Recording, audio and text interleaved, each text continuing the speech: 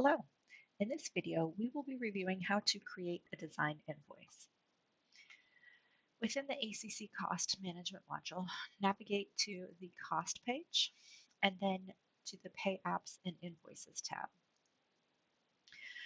From here, you will be able to click Create and then select the contract that corresponds with the invoice that you need to create a invoice for or a pay application for. So in this case, we're going to create an AE invoice for this design professional contract. If billing periods have not previously been set up, you will need to do that before you can create the invoice. So click Set up billing periods to begin. You can either copy them from an existing contract, or in this case, we're going to create new billing periods. Enter the date that the work began. I'm going to go back to 2023, June, which is when this project began, and it ran through December 2025. Once the dates have been entered, you can choose to create weekly, bi-weekly, monthly, or just one invoice. In the case, we're going to do monthly. If you do not need all of these billing periods, you can come in and adjust them as you need to later. For now, I'm just going to keep all of these. Once you have your billing period created, you make sure that you are on the correct billing period that you need to create an invoice for, and then click the Create Payment Application button. This will load in all of the schedule of values or the line items that were set up within that contract. For design invoices, there's going to be a lot more fields than you probably need. We're going to focus on the work completed this period. It will pull over any previous work completed and amounts billed there. And then you can simply fill in for each of these categories either the amount that you need to bill for or the percentage. So in this case, we're going to do 100%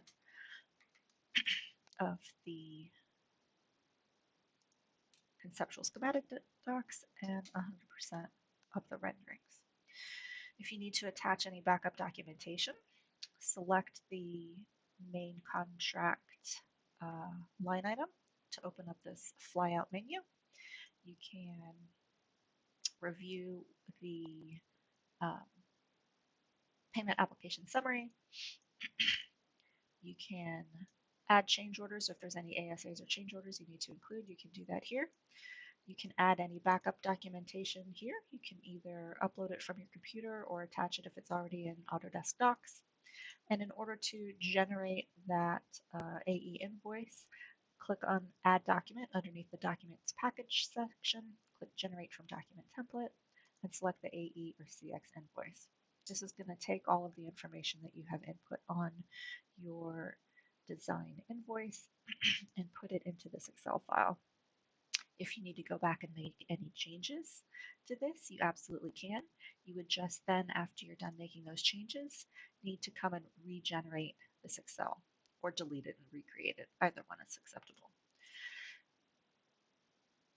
This is the Excel file that gets documented based on, again, the information entered into the invoice. The first page is a cover sheet. The second page is the schedule of values. Once you are happy with how that looks, you can set it as pending supplier input and then submit it. Once it's been submitted, it will go through a series of workflow steps depending on what type of invoice it is. In this case, it will go to the project manager for review, and then it will continue on its way. Once the invoice has been executed and paid, you should get a notification through the system that it has been paid. Thank you.